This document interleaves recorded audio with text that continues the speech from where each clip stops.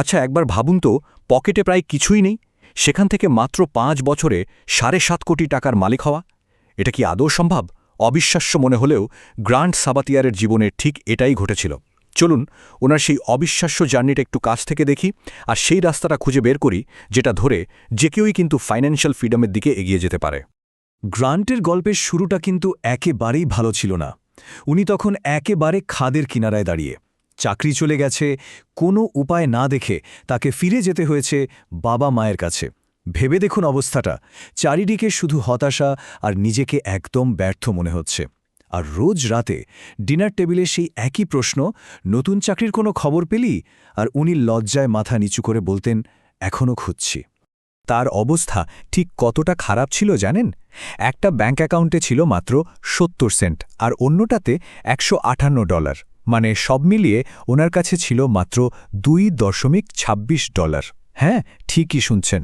কিন্তু অদ্ভুত ব্যাপার হলো, এই চরম সংকটময় পরিস্থিতিটাই তার জীবনের মোড় ঘুরিয়ে দিয়েছিল। এক নাটকীয় বদলে শুরু হয়েছিল ঠিক এখান থেকেই। তো একদিন উনি গভীর হতাশায় একটা মাঠে শুয়ে আকাশের দিকে তাকিয়ে ভাবছিলেন যে একটা ভালো ইউনিভার্সিটি থেকে পাশ করেও তার এই অবস্থা কেন। আর ঠিক সেই চরম হতাশার মুহূর্তেই মনের মধ্যে একটা অসম্ভব জেদ চেপে বসল। উনি ঠিক করলেন, যাই হয়ে যাক, ফাইন্যান্সিয়াল ফ্রিডম তাকে পেতেই হবে। তো এই যে বিশাল একটা লক্ষ্য, উনি এটা পূরণ করলেন কিভাবে? আসলে পুরো জার্নিটাকে তিনি কয়েকটা ধাপে ভাগ করেছিলেন। এটা অনেকটা একটা ম্যাপের মতো, যা আমাদের ধাপে ধাপে আর্থিক স্বাধীনতার দিকে নিয়ে যেতে পারে। চলুন সেই ধাপগুলো কি কি সেটা একটু দেখে নেওয়া যাক।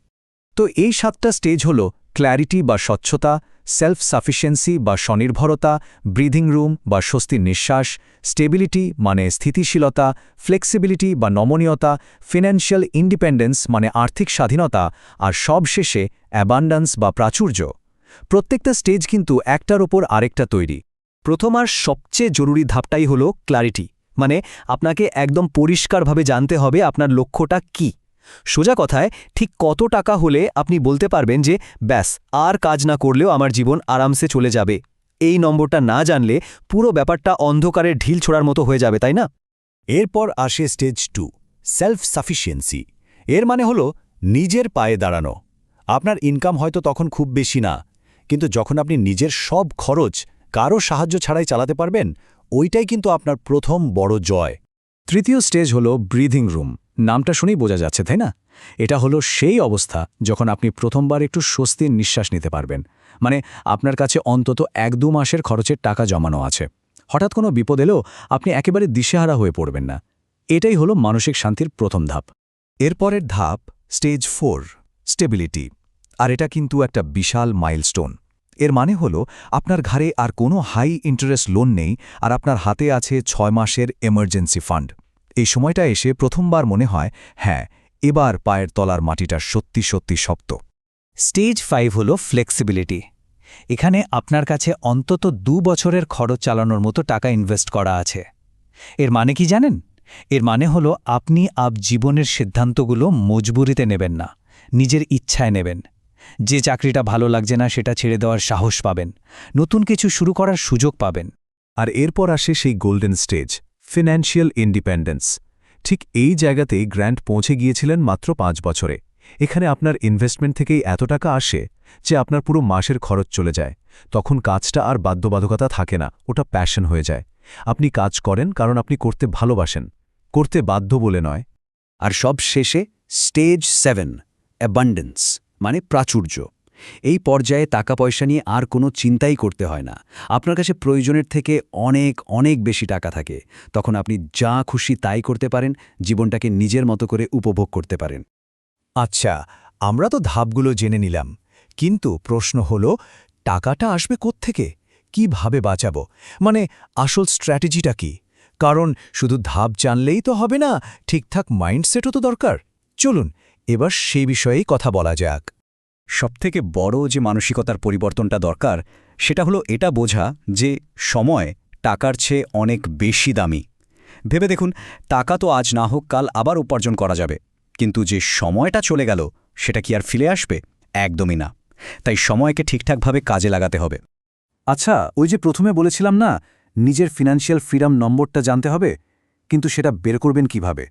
এর জন্য একটা খুব সহজ কিন্তু পাওয়ারফুল নিয়ম আছে। যাকে বলে 25x রুল। ব্যাপারটা একদম সোজা। ধরুন আপনার বছরে সব মিলিয়ে খরচ হয় 12 লক্ষ টাকা। তাহলে আপনার ফিনান্সিয়াল ফ্রিডমের জন্য লাগবে 12 লক্ষ গুণ 25, মানে 3 কোটি টাকা। ব্যাস, আপনার লক্ষ্য কিন্তু একদম পরিষ্কার। এবার আসি খরচের কথায়। গ্রান্ট বলছেন আমাদের টাকা নষ্ট হওয়ার 3টে বড় জায়গা আছে। প্রথমটা হলো বাড়ি বা আবাসন, দ্বিতীয়টা যাতায়াত বা ট্রান্সপোর্টেশন, আর তৃতীয়টা হলো খাবার। এই 3টে জায়গায় যদি একটু রাশ টানা যায় তাহলেই কিন্তু অনেক টাকা বেঁচে যাবে, আর সেই টাকাটা ইনভেস্টমেন্টে কাজে লাগবে। কিন্তু শুধু টাকা বাঁচালেই তো হবে না, ইনকামও তো বাড়াতে হবে, তাই না? এর জন্য দুটো রাস্তা আছে। একটা সাইড হাসল বা সাইড ইনকাম শুরু করুন, আর 2, এমন কোনো স্কিল শিখুন যার ডিমান্ড বাজারে খুব বেশি, যেমন ধরুন সেলস। কারণ আপনি যদি কিছু বিক্রি করতে পারেন তাহলে টাকা উপার্জন আপনার জন্য অনেক সহজ হয়ে যাবে। তো আমরা অনেক কিছুই জানলাম, কিন্তু সবথেকে জরুরি হলো এই জানাটাকে কাজে লাগানো। না হলে তো শুনে কোনো লাভই নেই। তাহলে আপনার প্রথম পদক্ষেপটা কি হবে? চলুন সেটাই ঠিক করা যাক। পুরো আলোচনার মূল কথাগুলো যদি এক জায়গায় করি তাহলে কি দাঁড়ায়? প্রথমত, আপনার সময়কে মূল্য দিন। দ্বিতীয়ত, আপনার ম্যাজিক নম্বরটা মানে 25x রুল দিয়ে আপনার লক্ষ্যটা বের করুন। তৃতীয়ত, বড় খরচগুলো কমানোর দিকে নজর দিন। আর সবথেকে গুরুত্বপূর্ণ,